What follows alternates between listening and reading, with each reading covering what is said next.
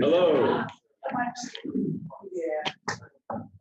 I want to thank Enrico for arriving in strength. The rest of us are still partially depleted, and I think may stay that way.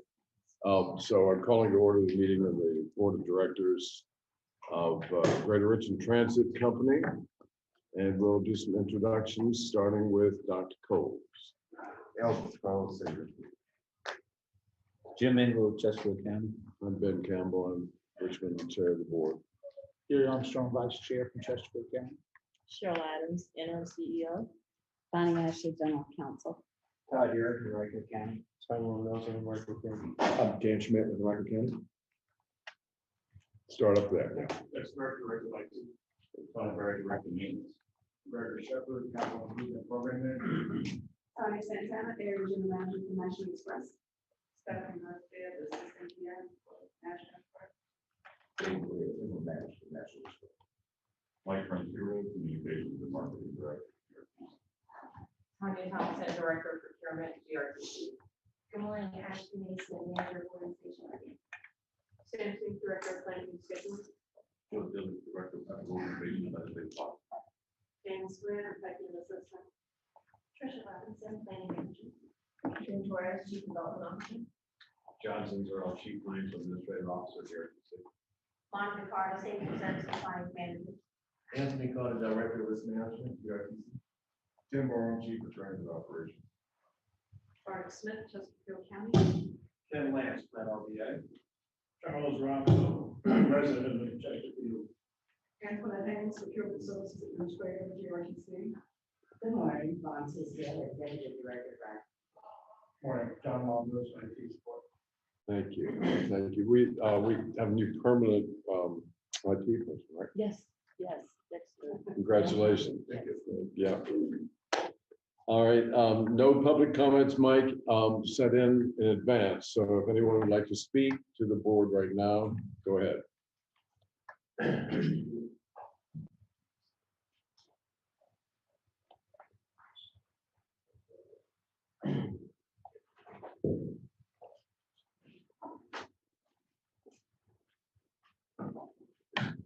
I'm Charles Robinson, a resident of Chesterfield. Recently, I was listening online a meeting of your new personnel committee. I heard Ben Campbell report at this meeting that his last meeting would be today, September 20th. That was shocking to hear. But knowing Ben to be a truth teller, I assumed it must be true. Ben has been telling the truth about transit for years. In the 2013 report of Mayor Dwight Jones's Anti-Poverty Commission, Ben co-authored the statement, quote, "Expanding regional transit now," emphasize now, is an opportunity to turn the page on a history of missed opportunities and to embrace a future premised on the idea that the city and the counties have a shared common fate. That now was 9 years ago, and that opportunity remains unmet, even by the Pulse. I've never ridden on the Pulse. From Chesterfield, where I live, the only way to reach Pulse is to drive to. In the absence of any bus network within the county that connects with the Broad Street line and the wider GRTC system. The truth remains that our jurisdictions, the city, and Rico and Chesterfield, desperately need each other as much as they deny that need, and public transit could be the best cause to bring them together. Thank you. Thank you. If you mention my name again, you can have another 2 minutes. Anything, thanks, Charles. Other comments? All right, thank you. Could we have a motion to approve the minutes of the previous meeting? So moved. Second. All right, moved and seconded that the minutes be approved. Are there any corrections or additions? All those in favor of approving the minutes, say aye. All those opposed. All right, now we have an interesting consent agenda. Just if you haven't been over it, let's make sure we go over it in your head before we all say yes to it. You got a recruitment ad. Obviously, we need it. We're going for SpecTrans service. Title VI report. What is this one, Adrian? This is the City of Richmond, it's just the approval of Richmond's relationship, which is pretty pro forma. And the TAM, what's TAM? Transit asset management. Oh, that transit asset management plan, right? And going ahead with communications technology. Any questions on this consent agenda? Anybody need to take anything from it? Can I have a motion to approve it? So moved. Second. Any further discussion? It's moved and seconded that we approve the consent agenda. All those in favor say aye. All opposed, it's passed. Thank you. All righty, and we move right away to information items, and first is Association for Commuter Transportation Award. Tisdale. Good morning, Mr. Chair and members of the board. In addition to the comprehensive, this is very long. In addition to the comprehensive narrative found on page 20 of the board packet concerning RideFinders' two most recent awards received from the Association for Commuter Transportation, one for social media outreach marketing for the youth sustainability outreach campaign, and the second for overall marketing campaign. I'd like to point out that these are remarkable achievements on statewide and national, on both statewide and national levels, particularly when one of our esteemed competitors spent about $550,000 on the campaign that they submitted compared to RideFinders out-of-pocket expenses of approximately less than $160, and included such renowned entities as the University of California in Los Angeles. The takeaway is public acknowledgement of the innovation, creativity, resilience, and dedication of the RideFinders team, because most of the work was done in-house utilizing staff ingenuity, talent, and skill sets.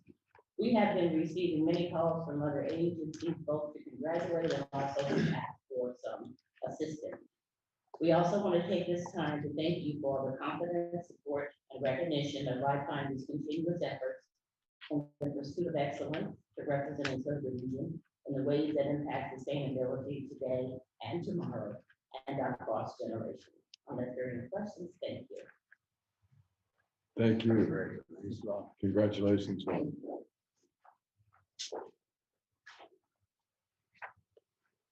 Thompson.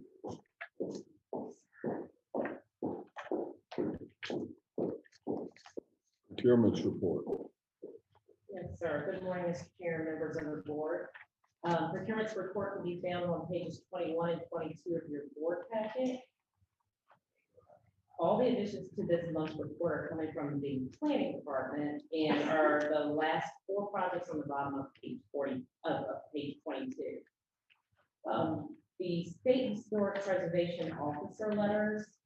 Staff needs a consultant to evaluate historic resources that could potentially be impacted by the installation of essential transit infrastructure. The budget for this task is still to be determined, and the plan is to issue a task order this fall for this work. The second project is for the pole attached feeding pilot. The initial cost is estimated to be around $3,000 and will be purchased using budgeted funds this fall. The third procurement is for bus stop infrastructure engineering evaluation services. Staff needs a firm to provide engineering evaluation services at bus stops where essential transit infrastructure installation is planned. And lastly, there is a procurement for landing pad construction documentation. A firm is needed to provide VDOT required construction documentation for 29 previously installed bus stop landing pads. The cost and budget for this task is still to be determined, and staff anticipates a fall 2022 award. Are there any questions? Thank you. Thank you. Shepherd.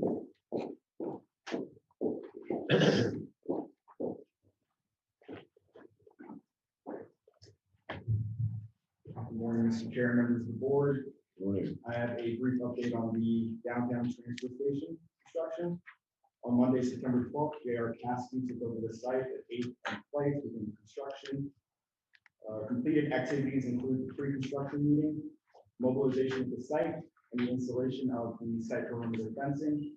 Upcoming activities include site work phase 1, utilities, moving into site work phase 2, and then the installation of our site furnishing. Construction is estimated to be 10 months. Progress updates will be provided throughout the duration of the project. If there are no questions, this concludes my update. Any questions on this? We finally got this going. Well done. Yeah. All right. Adrian, is this you? Update on priority list from RPTP. What's that? Okay. Thank you. Regional Transport.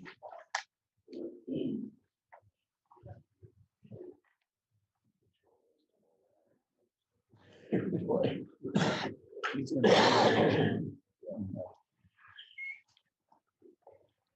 Mr. Chair, and members of the board. Morning. Very brief update on the MicroTrans study and then the expansion priorities that have come out of the regional public transportation plan.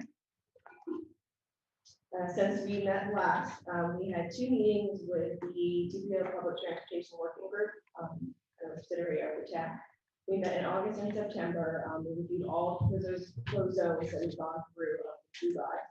Refined some of the boundaries and identified potential duplication areas based on readiness factors. This is kind of preliminary results. Still going to be back with the group again and have a few more jurisdictions they need to refine. But just to give you guys an idea of what the pilot year is looking like. Who's the MPO Public Transportation Working Group? It's the Plan RBA, the MPO TAC. So that would be you and Oh, who's in it, you're asking? Yeah, Okay. staff. It actually ended up being the whole TAC. So in the, and I have a mark here to go with the colors in blue, but Washington Park, Azalea Avenue, and up where Route 93 today exists. Ashland, Sandstone, Elko, which is kind of Sandstone area that goes over onto Nika. Powhatan, North Chesterfield East. That's kind of the top 5 priorities, and also the 1-year area looking at North Chesterfield West, as well as Manchester. And then there's the 1 to 3 years, also in the short term, the medium term, should be worked through, and then in 5+ years looking at Woodley. So in year 1, looking at pilot, somewhere between $1.5 and $3 million. Remember, the range is so wide because it depends on the demand, which then goes to the amount of vehicles, and then the actual amount of vehicles. Next after that, as I mentioned, meeting again with that group. This will then go also to the policy board and also. We plan to do a phase 2 study. So once the pilot is actually determined, taking that subset and coming up with an implementation plan. We'll be consultants to get that. There was a mixture of a recommendation to do turnkey and those that are within kind of our already deadhead areas, utilize your vehicles, but getting software to run that service, and the others would be turnkey. Funding, so we identified, we initially identified a set aside of COVID relief to do the pilot. But of course, we wanted to be sustainable if it is successful, so going ahead and identifying what that would be, and then launching those pilots in FY24. I also want to just briefly cover, we have not moved forward with any of these, of course, based on the priority list, as well as we have to put fixed service that we already had, we put it back as well. But these still are on here, and they will continue to be worked on as we kick off the regional transportation plan again for FY 24 this fall. Hoping that we can also look at getting us back to baseline service, but also looking at ways to maybe do some expansion in other ways, tapping into the microtransit, maybe shifting some other routes. So working with the development committee as we look at all of those. I do want to highlight that Chesapeake County did apply for a demo grant through GRTC to fund the extension down Route 60, Logan Turnpike, looking at extending the 1A. And this is for 1 year, 1.7 million for 1.7 million for operating, $400,000 for marketing, and 200,000 for capital. This would match service currently on the 1A, which is a 7-day service with a 30-minute frequency weekday, Saturday, and then Sunday. 60-minute frequency. And again, when this actually goes in, we're dependent on us being able to get the operator pool back, putting back some of our essential service that we cut during the pandemic and our current operating shortage, and then prioritizing this with the rest of the routes. But we are excited to get this demo grant this stuff. So. Any questions? Yeah, I got a question. Because I see that you on this list for Henrico is Route 1 extension to Brook and Parham. Does this go to Reynolds Community College? When it was designed, it was a public transportation plan. It did not, but all of this list would still be. Yeah, so this is my last chance to preach. In 1975, the city of Richmond lost the fight to locate the community college in the city because we had the largest number of low-income persons and people who needed to go to community college in order to be able to get a job, in order to buy a car.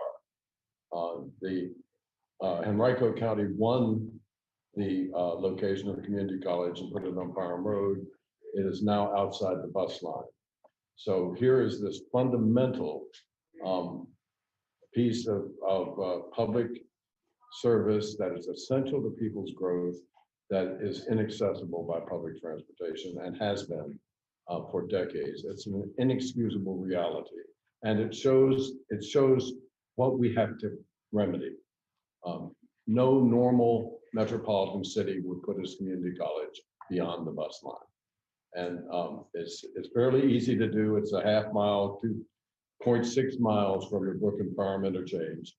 It's not rocket science, but it should be an automatic thing that we do, and there shouldn't be any question about it. And I think we're moving into this as a region. All of our facilities should belong to everybody, so that our people can function. So that's one I hope we can fix. Also note the small extension of the Route 1. I mean the short pump bus to the Sheltering Arms Hospital. Is that right? That's that $200,000 figure. That's a situation where a major medical facility was taken off the bus line, which was the MCV hospital for persons in physical need and a handicap, which had been there. It was combined with Sheltering Arms and then put beyond public transportation, which affects not only the patients and their families, but also has a major impact on the ability of people to afford to work there. I'm happy to see that I know Sheltering Arms has been working to make this happen, and this is an important example of what we should be doing in a number of other areas that are outside the city limits, but represent employment for our people. Thank you. Any further comments? I got a question. Adrian, on the micro transit piece, when I look at the map, I see kind of circulators in there. Is there part of the design to connect also with fixed route in certain spots, or how are we thinking about that? It really depends on the zone. For example, the one Washington Park, Victoria Avenue, that one has connections to the local fixed route system. So as we look at kind of a route replacement, if you look at the Route 93 and look at it as an underperforming route, And then also first mile, last mile, with the local route, something like an Ashland, it would just be a circulator within their own area. Same with Powellton, and the more rural one. So they're designed just for different purposes. Further questions or comments? Thank you. All right, now we go to staff reports. Mr. Carter.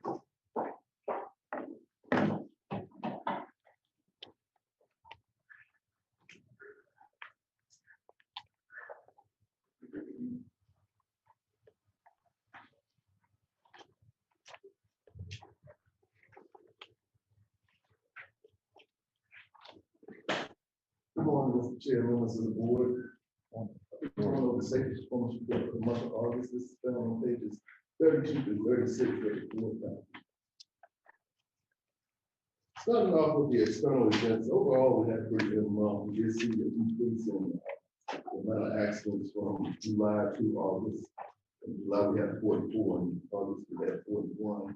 One thing we did see an increase in was non-preventable incidents. Looking over the last couple of months, we did sort of a risk assessment. And we came up with the situation where we're seeing an increase in accidents on the BRT, right at Pulse, Science Museum, that corridor. And what we're doing is we're getting with our training department, training staff, training coaches, as well as transportation supervisors, and they're doing assessments, going out and doing observations of other operators, as well as that actual traffic corridor, just to see what's going on. We're finding out that the type of accidents that we're having are vehicles making illegal turns in that area. A lot of it is because of this new, a lot of it is distractions and things of that nature, but we want to make sure that operators are aware of this and doing everything they possibly can to avoid these type of incidents. We're also getting with the communications department. We're going to try to do some PSAs, like sort of what we did when we first started the Pulse, just to make the public aware of what's going on, sort of a refresher to remind them of those types of situations so that we can see a decrease in that. And if there are no questions, that concludes the safety performance report for the month of August. Any questions? Thank you very much, Mr. Carter. Thank you.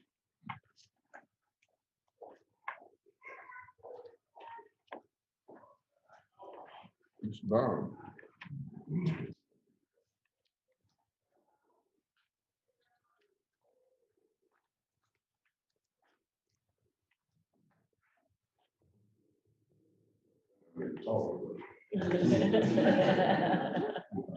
Good morning, Mr. Chair, members of the board, everyone. Looking at the operating performance or page 37 of the board packet. As of August 31st, our staffing still around 230 full-time operators, 27 part-time operators. So still haven't gotten over that hump yet. But what we've been doing is taking a close look at retention. We're continuing with our recruitment efforts. You heard about the advertising earlier. We've gone a full year with the new hire incentive program. So we've seen that positive dividend of getting people in the door and so forth, but we want to still focus on what we can do to keep people. So last month, with the incentive bonus we applied for the entire workforce, we're looking to see if that can give us some positive dividends so we can get over that hump and keep operators here so that we don't have those continuous issues with problems that we've had with keeping them on buses on the street with certain routes and so forth. So those are the challenges we're going to continue to work on, and hopefully we'll see some positive dividends from that. We do see where in overtime, for example, we did have a decrease in the amount of overtime hours used, down to like 4% of our total hours used towards overtime. So we did see a little bit of that from this past month. Is there any questions that include my report? Okay, Mr. Chair, Tim, thanks for the update. Is it possible to see, not now, or in the next board meeting, a tracking report on operators? You know, you guys do a great job on charts with regard to the safety report we just saw, with regard to performance and scheduled trips and on-time performance. Is there a chance to see a chart for tracking for the last year or so? So we can. Smile because I already started doing that. And I'll include that, we'll include that with the next Be report. awesome, just for historical. I make notes each meeting, try to bring it to the next, but it'd be easier to see a chart. Yeah, that's why I mentioned retention, but what you'll see next month are those concerns as far as how our retention overtime rate has gone up steadily over the past 2 years.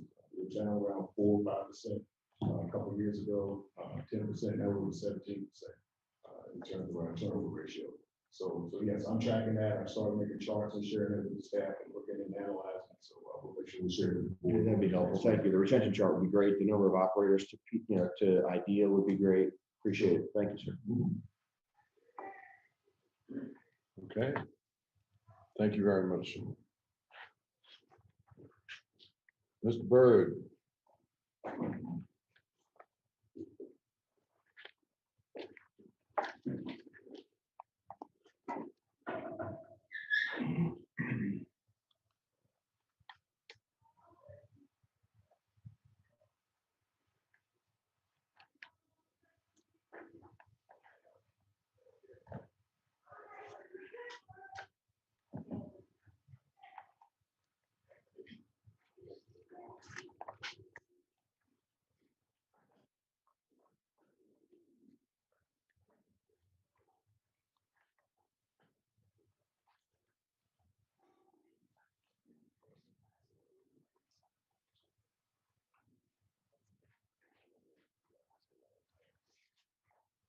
Morning, Mr. Chair, members of the board. In addition to the maintenance report on page 40, we have hired 3 new mechanics, 1 new body shop mechanic, and 1 GU. We're now fully staffed in the body shop, and we're missing only 1 tech. Wonderful, wonderful. Thank you. That concludes my report, unless there are any questions. We had a report from one of the Henrico Care customers that some of the drivers have been telling the customers that one of the reasons for delays and response time for the care service, there have been some vandalism in some of the care vans. Yes, there has been some vandalism. We have addressed it. We're making that to ensure that it doesn't happen. Did that happen on site or off site? Yes, it happened on site. Cheryl, yeah. Todd and the rest of the board, just so you know, we had someone vandalizing the gate in the back where those vans are parked, and they stole 21 catalytic converters. So that was part of the issue. Yes, but we, like Tony said, we are putting measures in place to rectify that. We're working with RPD, and they've actually stepped up patrol and have run off some people since this has happened. And we are slowly getting those catalytic converters back in, putting the vehicles back in service. And we anticipate getting them all by this week, Tony. Is that By the end of right? this week. By the end of this week. Shouldn't be a factor after this week. Is there insurance cover and everything like that? Well, you know, we don't have first dollar coverage, so we are responsible for the first $350,000 of every claim, so it would not cover that. That's the risk we take. Okay. Thank you. Mhm. So we've moved everything off this front lot here. I see there's Yeah. nothing out there. That is correct, yes. Yeah. But it actually happened in the very back lot.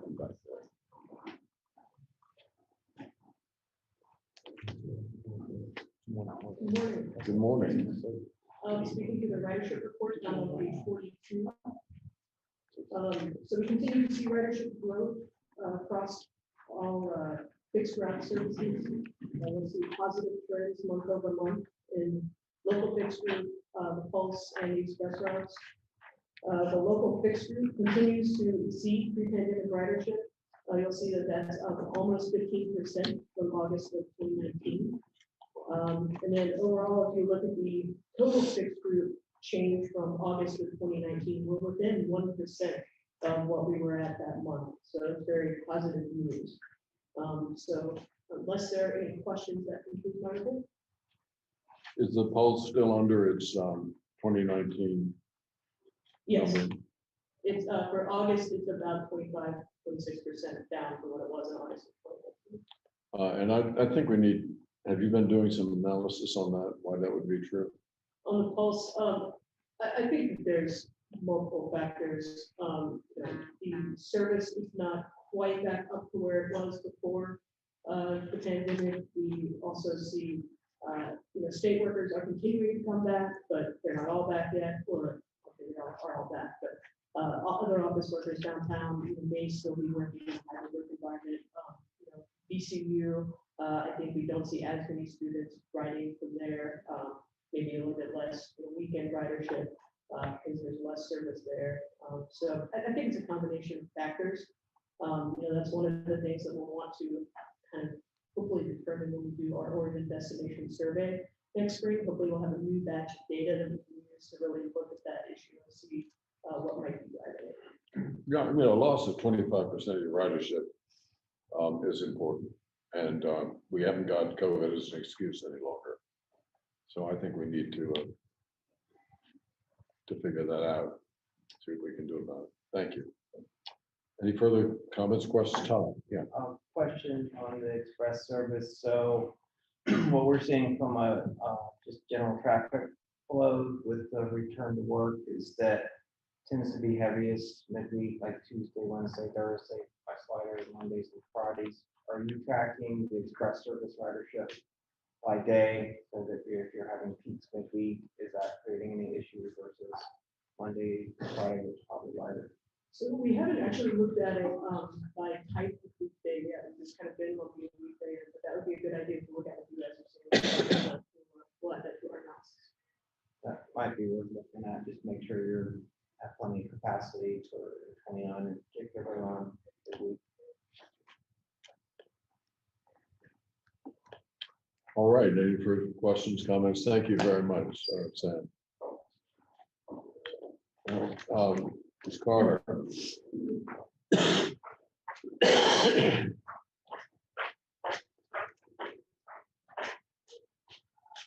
morning, Mr. Chair, members of the board. I will be reviewing the summary of the RideFinders for the month of August, and that can be found on page 44. Note we had a total of 129 complaints in the month of August, most of which were non-verified.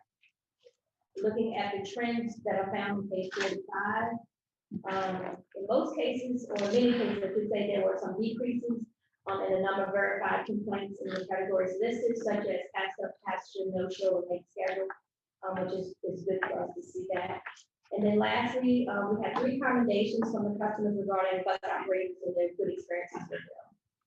And this concludes my report. Are there any questions for me? Well, Mr. Chair, Monica, thank you. How do riders turn these comments in? What are the mechanisms they have to do this? How do we get 129? So they can come from different ways. They can come through the call center, where they make calls. They can do it through the chat feature, in the call center. They can come through Twitter. They can come through Facebook. So for different ways like that. And email, right? And email, yes. Thank you, Joe. Yes, email. The email, is that a generic email or is that personal? Web customer. It's web customer. Yes, it's generic. That's, riders can identify that on our website. Yes. Thank you, ma'am. Any other questions for me?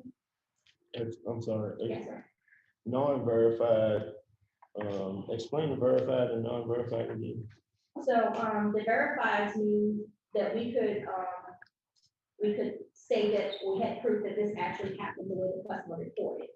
Non-verified means, it doesn't mean that it didn't happen, just based on the information that was provided, we were not able to verify. So for example, sometimes it could be the wrong date they provided, or the wrong time, or the wrong route, based on what they recall. And based on that information, we're not able to verify. Okay, thank you.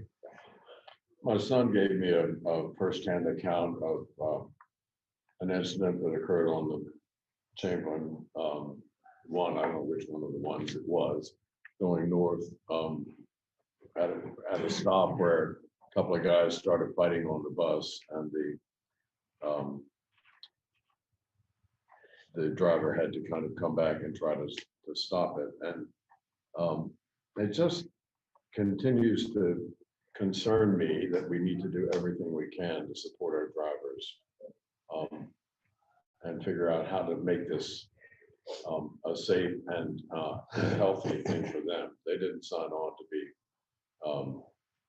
boxing referees, and And I'm just so much aware of this. We get, of course, you're always out there to get complained about if you get grumpy, but most of what's happening for our folks is where they're taking it in and keeping the peace and keeping decency going when folks may not be nice to them. And anyway, thank you. Thank you. Dr. Zinzarella, what do you have for us this morning?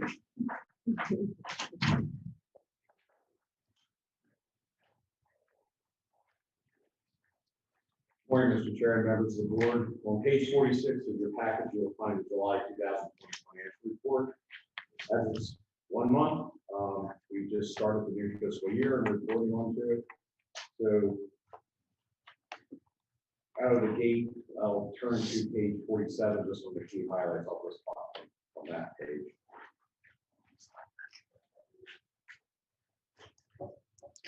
As you can see from the revenue side, it's unfavorable $774,000, $689.41 versus year-to-date budget revenues of $5.9 million.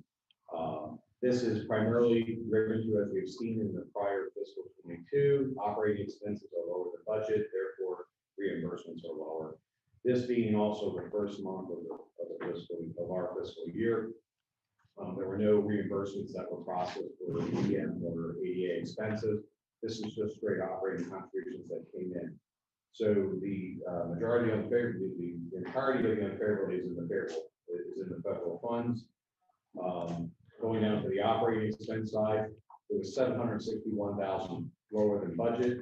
The budget was $5.35 million, and that's pretty much the same drivers that we talked about in fiscal 22. We have lowered the budgeted headcount in transportation and maintenance coming up to budget now, but we're reporting the month of July, as well as administration, and we had lowered the budgeted purchase service expenses due to demand.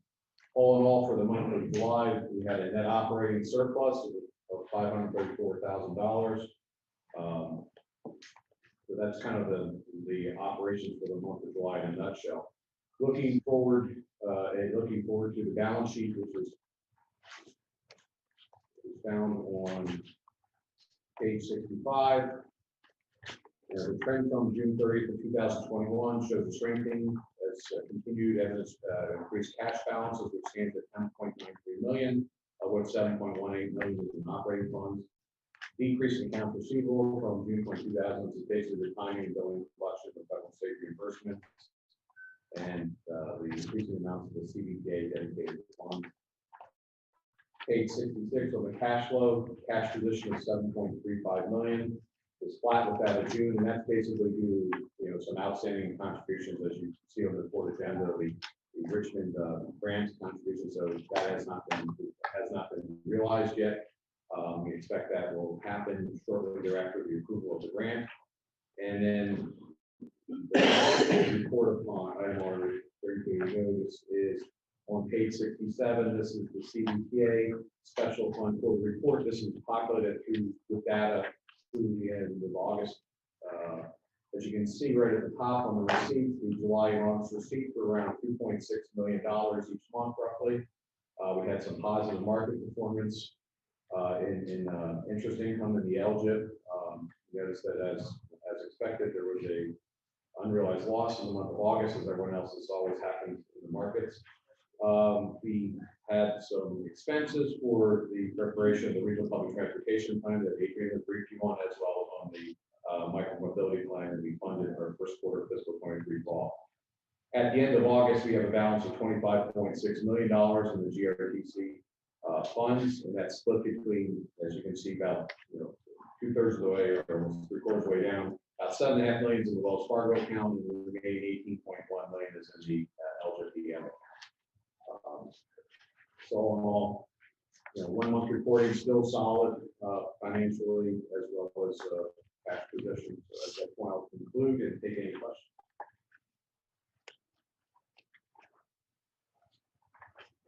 Are there any questions? Thank you for your report. All right, the next item here is this series of things that that Julie brought up last time, before she left, and,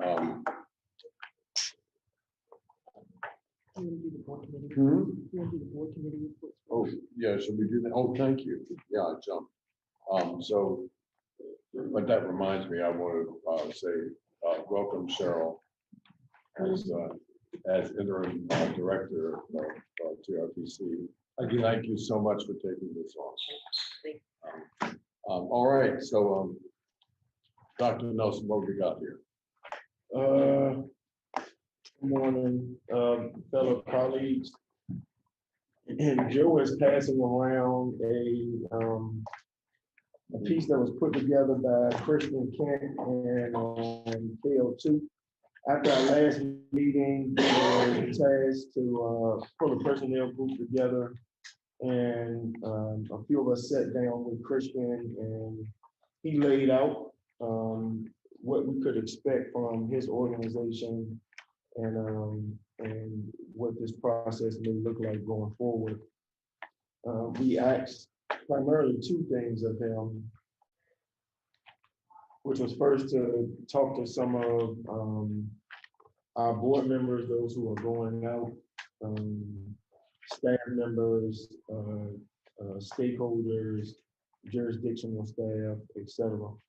Having those conversations, and then for him to put together some material that we could look at, and hopefully you guys will be comfortable with, so that we can begin the process. So that's what the process of advertising. And so that's what you see before you. If you look at your board packet on page 68 and 69, if you haven't already,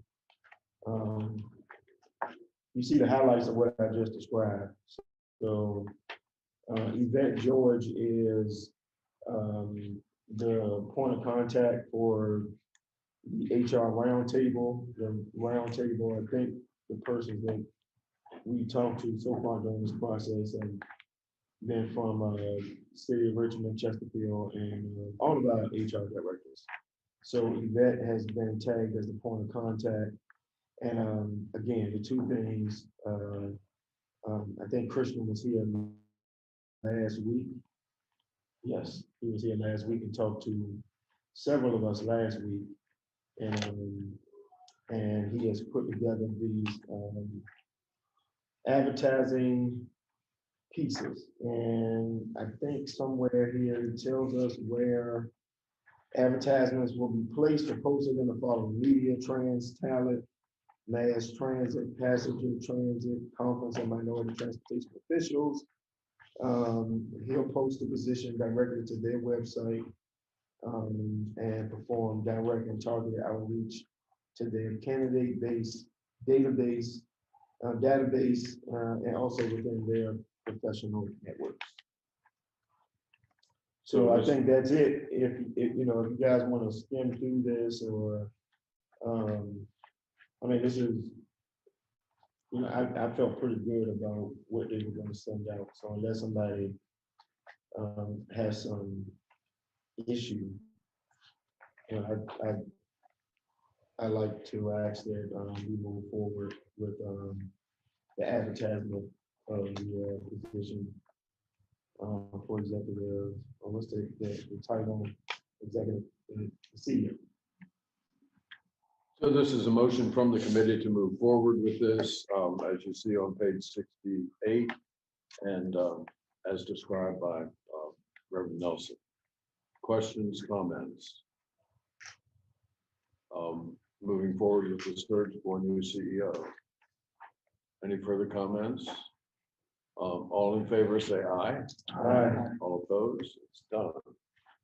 All right, so the next item here, I'm looking for it. Yeah, Finance Committee report. John, are you doing this? Am I doing it? All right, thank you. No, my preference is you.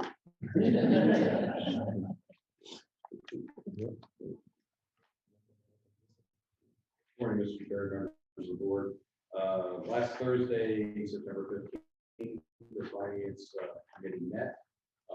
And, you know, the topics that were covered: Sampson, planning, scheduling, presented a comprehensive overview of the TISAC program. He basically provided the underlines of how it was calculated and the various caps and ceilings on that.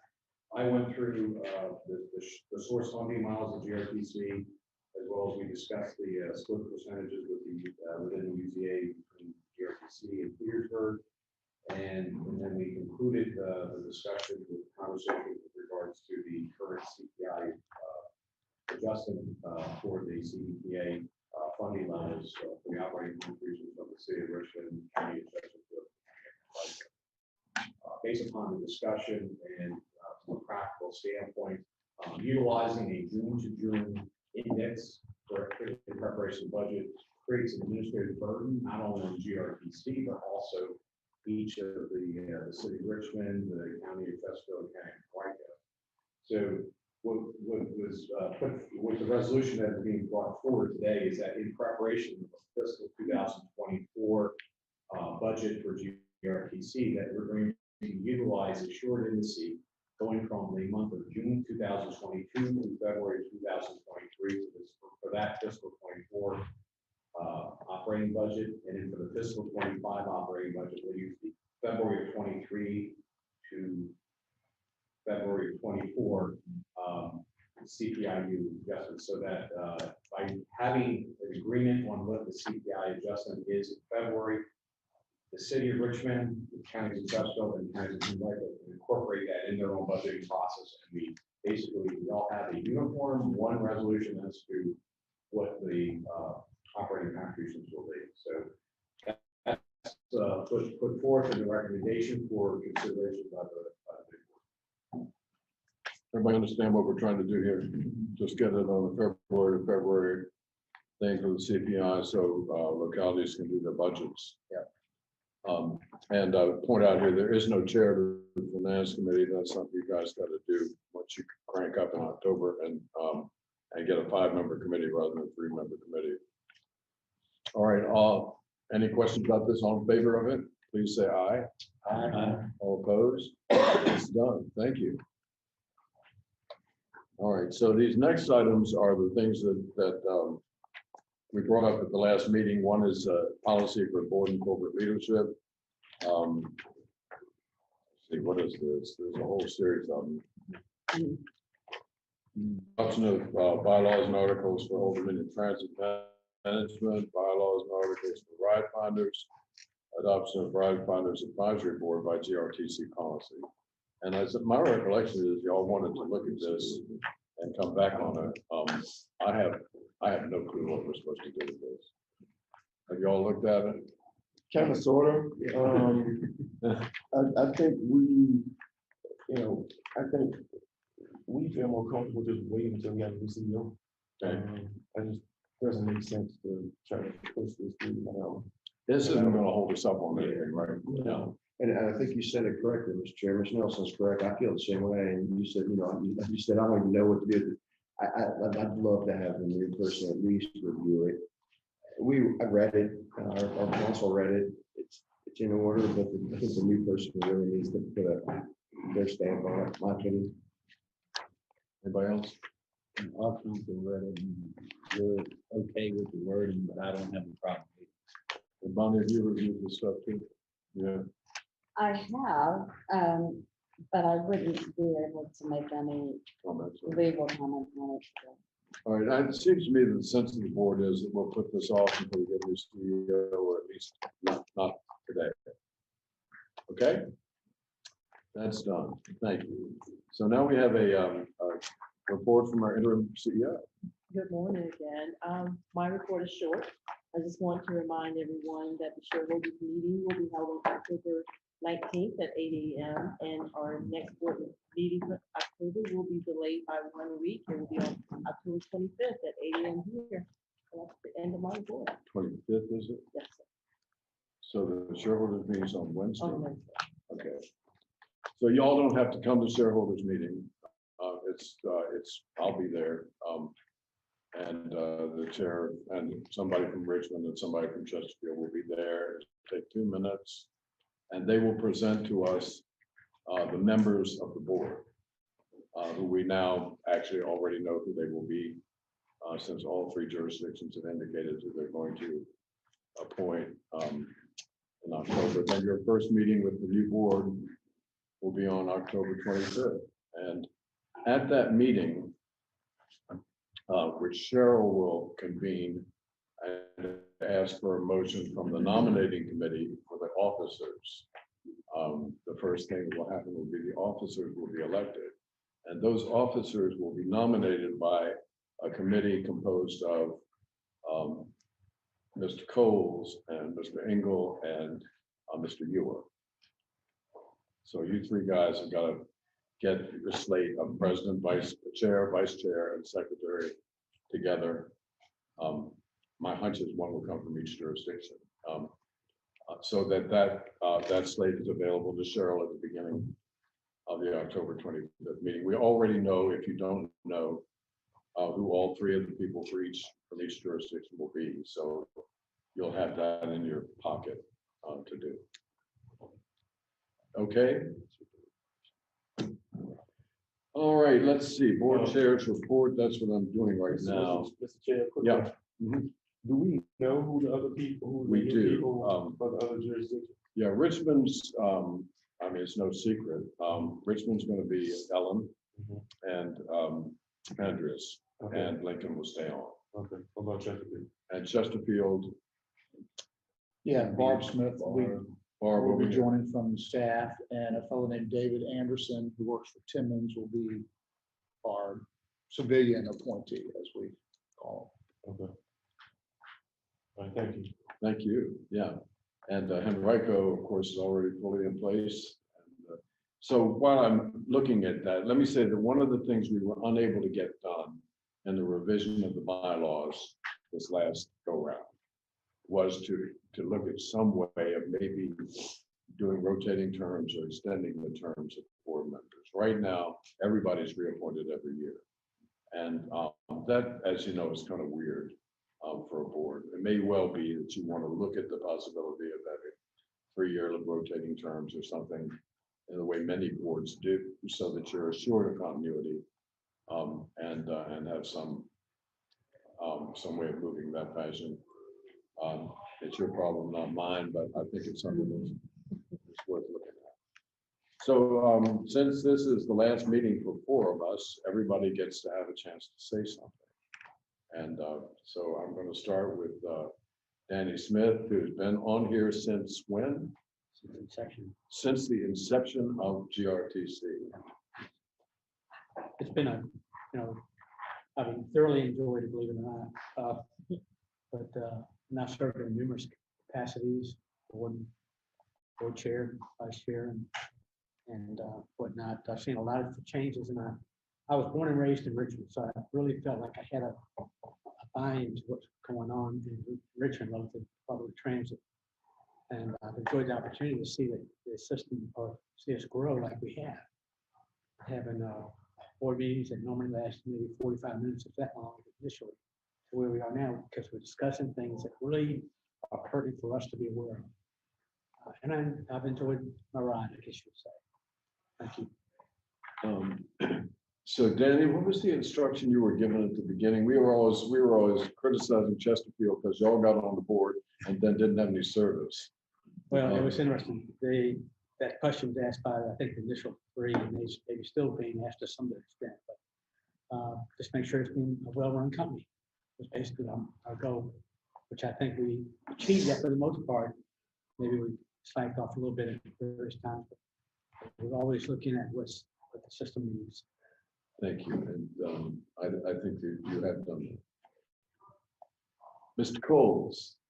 Yes, I miss seeing these people in here, especially the people around the wall here.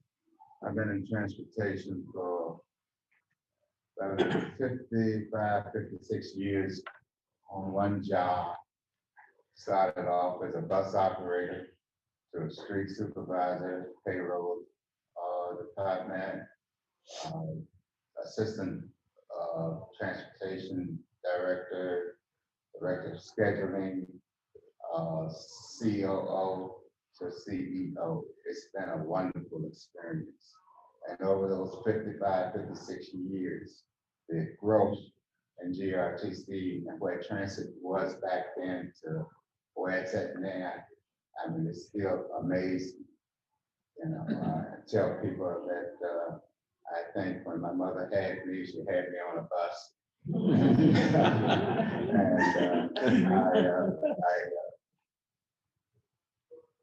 The back bump of the bus was where I cut my teeth. I appreciate everything that GRTC done for me over those 55, 56 years. That's longer than I've been married to my wife. We celebrated upcoming 52 years. And I was asked one time on the program, what does it take to be married to someone for that long?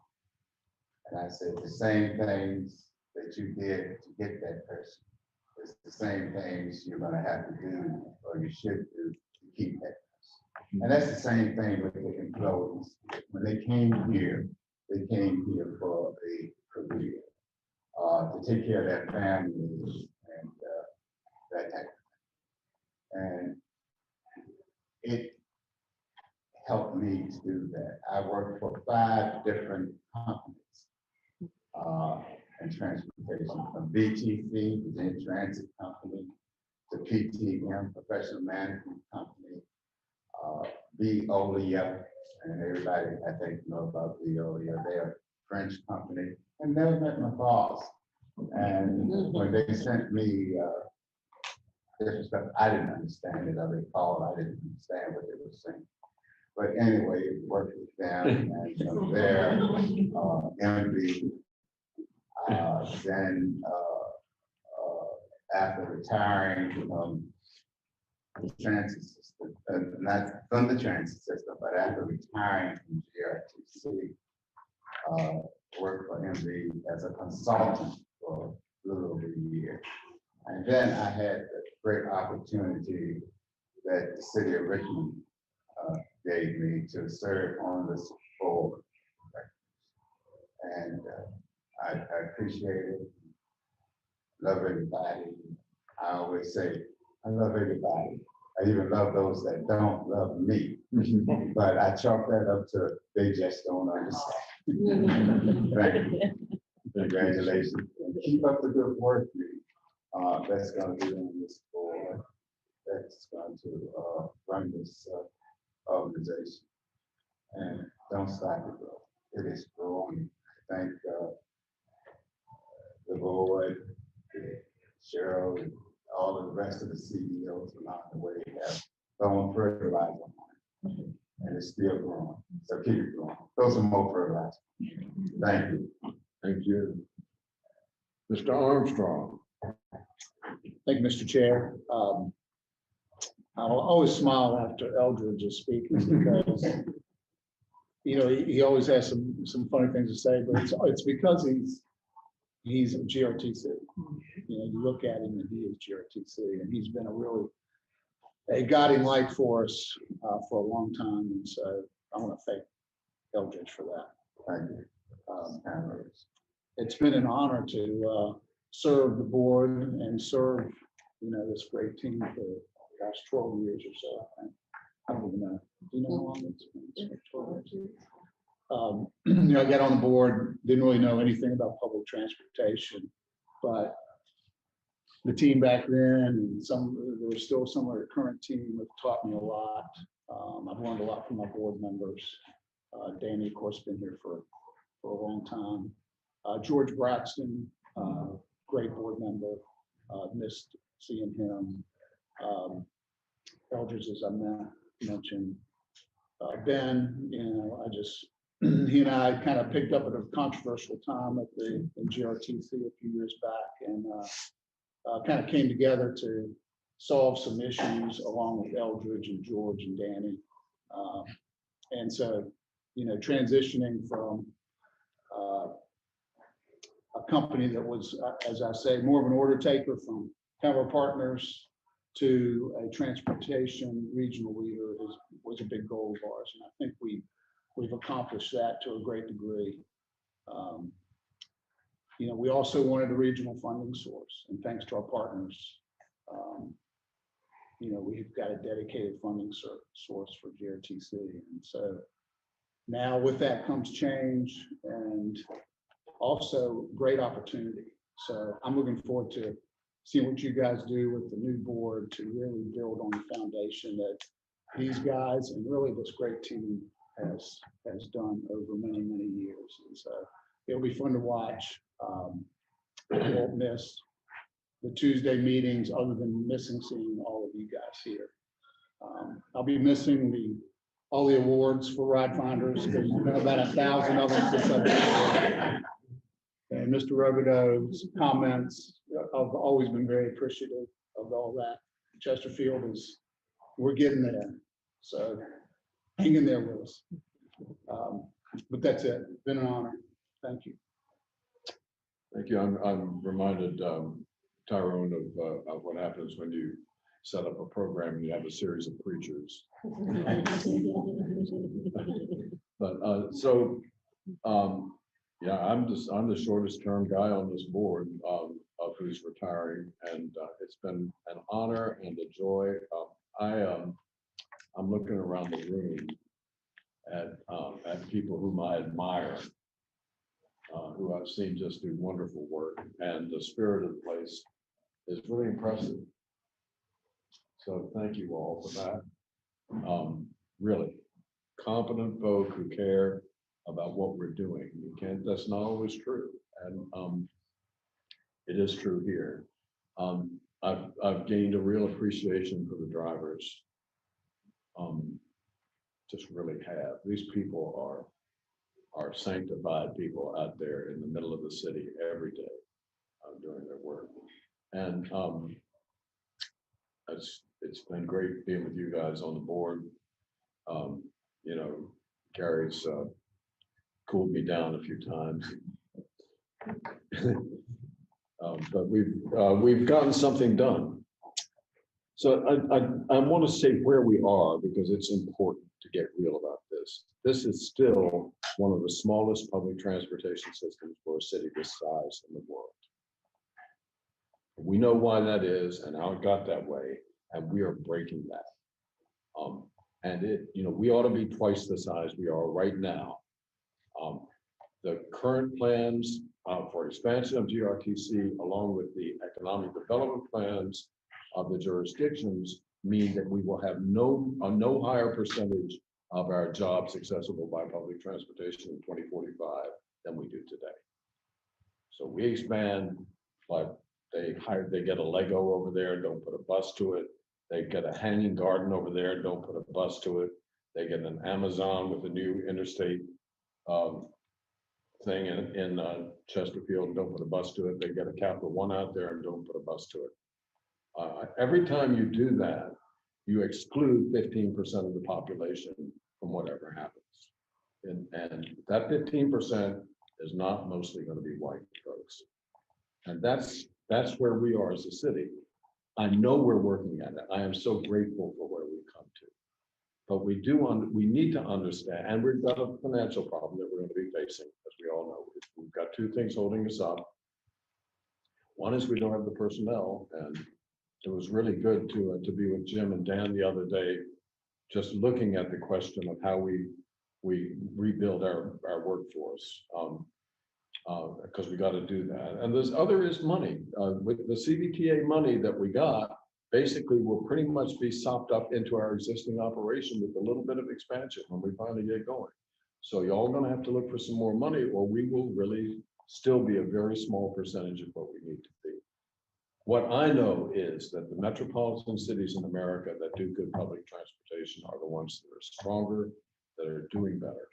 And I also know that this board, especially as you go into this next period, this board represents really the most significant piece of regional cooperation and regional government that exists in Metro Richmond. You guys are having to do the hard work of putting together stuff that's been long apart, and of somehow both looking at your local needs and looking at who we need to be as a group of people, because we've got to be one Metro City, and transportation is the thing that really does that. So my prayers and hopes are with you. And it's really been a fascinating piece of work. That's what I just have to say. Is there any other business? Okay, well, this meeting is adjourned. Thank you.